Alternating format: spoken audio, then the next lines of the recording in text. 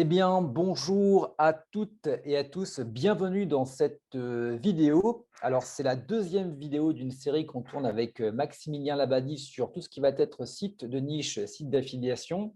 L'ensemble des vidéos de cette série, vous pouvez bien évidemment les retrouver dans la description de la vidéo YouTube. Et aujourd'hui, eh bien, on va s'attacher plus particulièrement sur les erreurs à ne surtout pas commettre pour lorsque vous vous lancez dans un site de niche, un site d'affiliation, pour ne pas vous cramer dès le départ. Donc, Maximilien, bonjour. Est-ce Salut. que tu peux nous parler justement de ces fameuses erreurs? Alors, je ne sais pas combien il va y en avoir. Je le mettrai dans le titre de cette vidéo. D'ailleurs, c'est peut-être la raison pour laquelle tu as cliqué dessus. Donc, voilà, les erreurs de base qu'on fait généralement en tant que débutant et qu'il faut absolument éviter pour ne pas se planter. Autant dire en fait qu'il y en a pas mal. En fait, il y a pas mal d'erreurs par lesquelles on est un petit peu obligé de passer en fait quand on se lance dans les sites de niche, mais par lesquelles toi tu as dû passer également et moi aussi j'y suis passé, hein, forcément, parce que moi quand je me suis lancé, il n'y avait pas de formation, il y avait pas de ressources en fait à l'époque quand je me suis lancé il y a 10 ans dans les sites de niche, dans l'affiliation, ou du moins c'était assez rare. Et donc du coup forcément, je me suis lancé parfois sur des mauvaises niches, ou des fois j'ai pas bien fait le taf qu'il fallait, hein. Mais finalement, ce qui est bien, c'est qu'à force de passer à l'action, on apprend de ses erreurs. Et aujourd'hui, je vais pouvoir te partager en fait toutes ces petites erreurs qui sont à éviter. Comme ça, tu pourras aussi éviter de les commettre derrière. Donc déjà, en fait, la première erreur de base qui est la plus courante, c'est tout simplement de partir sur la mauvaise idée de niche. Donc ça, c'est le grand classique en fait. On en a parlé un petit peu déjà dans la vidéo précédente, où on a vu un petit peu c'était quoi tous les points essentiels pour bien choisir son idée de niche. Et donc forcément, s'il manque un de ces ingrédients-là, eh bien, on peut avoir derrière un site de niche qui ne va pas forcément cartonner. Donc du coup, il va falloir être vigilant pour avoir une niche qui est suffisamment recherchée, qu'on va pouvoir bien monétiser avec de jolies commissions. On va avoir des conversions aussi. Donc il faut avoir un produit qui se vend bien en ligne. Des fois, on a des produits qui sont très recherchés, mais qui se vendent très mal en ligne parce que les gens ils vont ensuite l'acheter en magasin. On va partir sur une niche qui est evergreen.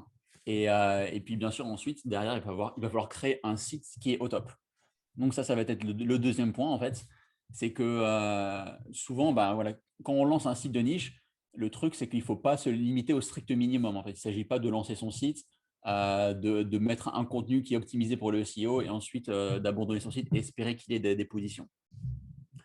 Donc, du coup, aujourd'hui, je pense qu'il est essentiel, ce n'était pas forcément le cas il y a 5 ou 10 ans, mais aujourd'hui, il faut avoir un site de niche qui est au top, qui apparaît comme un site d'autorité en fait.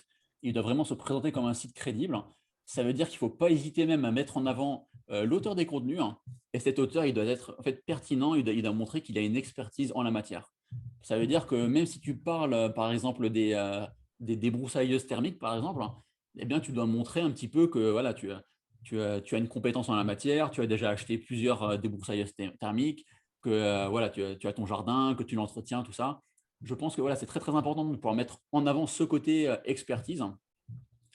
Et ensuite, derrière, il va falloir aussi créer un contenu qui est vraiment complet sur le sujet. Il va falloir aborder un petit peu toutes les thématiques autour de sa niche.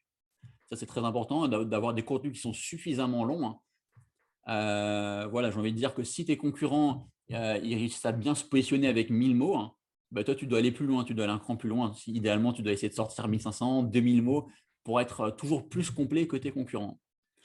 Ensuite, une autre erreur qui est très courante sur les sites de niche, et ça, je le vois encore beaucoup aujourd'hui, c'est que Google, en fait, il apporte une attention particulière sur la requête de l'internaute. En fait. Qu'est-ce que l'internaute attend quand il tape un mot-clé? Et si cette personne, en fait, elle va rechercher un mot-clé avec une intention commerciale, par exemple, table basse relevable, eh bien, cette personne elle va s'attendre à avoir des résultats de sites e-commerce. Donc, elle veut aller consulter des produits, des fiches de produits pour ensuite commander un produit derrière. Et ça veut dire que toi, si tu penses pouvoir bien te positionner sur cette requête-là en faisant un gros pavé de texte, hein, forcément, Google ne va pas te donner de crédit parce qu'il va se dire pourquoi cette page, elle a un gros texte optimisé pour le SEO, mais derrière, il n'y a pas de produits qui sont mis en avant. Donc, pour nous, en fait, c'est très, très important derrière de pouvoir avoir une apparence de site qui est un petit peu façon e-commerce. Donc, on va mettre en avant plein de produits e-commerce de la même façon que pourrait le faire une boutique en ligne. Et ensuite, derrière, après l'affichage de tous les produits, eh bien, on va pouvoir mettre son texte optimisé. Et là, on va pouvoir bien dépasser tous ses concurrents en termes de on-site, en termes d'optimisation sur le site. Et Et alors là, tu dois te demander peut-être quel produit mettre en avant. Là, c'est très simple en fait. Tu vas pouvoir utiliser un plugin d'affiliation comme AAWP, Winamaz, All for Affiliates ou encore Bazooka Shopping. Ça, ce sont des plugins qui vont te permettre d'intégrer super facilement des produits sur ta page. Et donc, tu vas pouvoir les afficher de manière automatique et tu vas pouvoir avoir une apparence de site e-commerce en fait. Donc, tout simplement, pourquoi faire ça? Alors déjà, non simplement parce que ça va répondre à l'intention de l'internaute, Google va te donner du crédit, mais en plus, d'ailleurs, tu vas pouvoir avoir des commissions qui sont au top, enfin de très très bonnes conversions. Parce que la personne, une fois qu'elle arrive sur ta page, elle va avoir direct les produits qui sont affichés. Et dès qu'elle va trouver le produit qui l'intéresse, elle va cliquer dessus. Et si elle passe commande, toi, tu touches ta commission directe. Donc, en fait, en ayant ce modèle-là, tu as de meilleures conversions, mais tu as également de meilleures positions sur Google. C'est intéressant ce que tu dis parce que c'est vrai que c'est quelque chose qu'on ne faisait pas du tout avant. Ouais, Et alors, je crois qu'on discutait, c'était avec toi d'ailleurs, il y a quelques semaines ou mois en arrière, où par exemple, tu étais sur un site où tu avais une grosse page de à peu près de 2000 mots de contenu et ouais, qui n'arrivait pas à ranker. Et finalement, en mettant un design qui était beaucoup plus orienté site de e-commerce, peut-être même avec moins de contenu, donc finalement ouais, moins de travail, mais tu arrivais quand même à mieux ranker. exactement. Mais je pense que je vais donner l'exemple là, parce que j'en ai plusieurs des sites de ce type-là. Mais comme ça, les gens qui nous écoutent, ils pourront aller voir. Et on a le site qui est arbre-chat.fr. Donc ça, c'est un site de niche typique, classique, qui est dédié aux arbres à chat. Et donc, tu verras, en fait, en te rendant sur le site, que tu vas avoir toujours le contenu, le gros contenu qui est vraiment optimisé, mais tu auras également les produits qui sont bien mis en avant sur les fiches produits. Et tu as même des pages que j'ai créées, en fait, sur lesquelles il y a très, très peu de contenu, hein. On va avoir des gros blocs de produits qui sont mis en avant. On va avoir peut-être plus de 30 produits, hein. Ben là, ces pages-là se positionnent aussi. Alors, certes, ce sont des mots-clés qui sont très peu compétitifs, mais elles se positionnent bien. Ça veut dire qu'elles répondent vraiment à l'intention de l'internaute. Et, et ce que je voulais dire aussi par rapport à ça, c'est que par rapport à l'intention commerciale, euh, ouais, j'ai zappé, mais je Ouais, reviendrai dessus après. ouais, c'est pas de problème. Aussi, une autre erreur qu'on pourrait faire, c'est en termes de référencement. Ouais, Est-ce qu'il y a des erreurs à ne pas faire en référencement? Par exemple, également une question que je te pose, si on va avoir un site avec, page d'accueil et des sous-pages, ouais. est-ce qu'il faudrait que, par exemple, je fasse uniquement la page d'accueil ou est-ce que je vais plutôt privilégier les sous-pages? Voilà, Mm. les erreurs communes à ne pas faire lorsque tu commences à référencer ton site. En fait, il y a beaucoup d'erreurs à ne pas faire en SEO, hein. Et pour répondre à ta dernière question par rapport à l'optimisation sur le site, souvent, la page d'accueil a tendance à mieux se positionner. En fait, c'est la page qui a le plus de poids. Donc, la page d'accueil doit essayer de se positionner sur le mot-clé principal. Ça, c'est la première chose. Ensuite, on va avoir les pages. On va avoir donc d'autres pages qu'on va créer. Celles-ci, elles vont avoir pour objectif de se positionner sur les autres requêtes importantes, hein.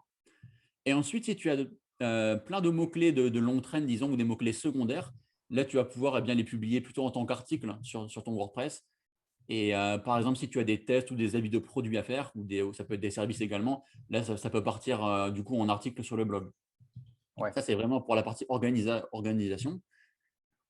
Et pour le SEO, en fait, il y a plein de choses à voir, en fait, notamment en termes d'optimisation en interne, qui sont très importantes. Mais souvent, les erreurs les plus communes, c'est plutôt sur la partie SEO externe, c'est-à-dire création de liens. Parce que j'ai pu voir en fait beaucoup de gens en fait, qui lancent des sites de niche, leur site il est très bien, mais derrière, ils ne vont pas créer de liens. Donc, du coup, comme ces sites ne reçoivent pas de liens, ben, Google il se dit que peut-être que ce site-là, il ne mérite pas de bien se positionner. Donc, du coup, ils finissent par ne pas avoir de résultats. Donc, c'est très important d'aller travailler sur le netlinking pour donner du crédit à son site et qu'il aille bien se positionner. Donc, ça, c'est la première chose, travailler sur le netlinking. La deuxième chose par rapport au SEO externe, c'est qu'il faut bien travailler ces liens. En fait. Il ne faut pas faire n'importe quoi. La simplicité, en fait, ça serait d'aller créer des liens sur des annuaires très faciles à obtenir. Ça serait d'aller déposer des liens sur des forums, dans les commentaires de blog. Tout ça, tout le monde peut le faire. Mais pour Google, c'est clairement pas ce qu'il y a de plus pertinent. En fait. Logiquement, en fait, si tu as un site qui est dédié, voilà, si on reste sur l'exemple des tables basses relevables, et que tu obtiens des liens sur des sites qui n'ont rien à voir, des sites généralistes fourre-tout, sur des annuaires qui parlent d'absolument tout et n'importe quoi, ça ne va pas le faire. Google, il peut le détecter. Et dans ce cas-là, il pourrait soit ne pas donner de crédit à ton site, soit même dans certains cas, il peut pénaliser s'il se rend compte que le netlinking est abusif et il n'est pas du tout pertinent. Donc, c'est important en fait d'aller créer des liens qui sont idéalement dans la plupart du temps, du temps dans une thématique proche de la sienne en fait. Ça veut Ok. dire que si voilà, à partir du moment où on parle de table basse relevable, on doit essayer d'aller obtenir des liens sur des blogs ou des sites qui vont parler de la maison, de la décoration, ce genre de choses en fait. Et ensuite, voilà, il y a un ensemble de choses à voir toujours par rapport à ces sites-là, parce qu'on peut avoir des fois aussi des sites ou des blogs qui sont dédiés au domaine de la maison et de la décoration, mais qui n'ont aucun crédit vis-à-vis de Google. Par exemple, si ces sites-là, ils n'ont aucun lien, bah, nous aussi, on n'a pas forcément d'intérêt à aller déposer un lien sur un site qui n'est pas reconnu par Google. Donc, du coup, il y a un certain nombre de choses à voir en fait, par rapport à ces sites-là. Mais voilà, à partir du moment où on travaille bien son netlinking comme il faut, eh bien, c'est là où on peut faire toute la différence avec les sites de niche. C'est pour ça que je dis souvent que quand on est référenceur, eh bien, il faut exploiter en fait cette compétence, ce savoir-là, pour le rentabiliser au maximum avec ses propres sites.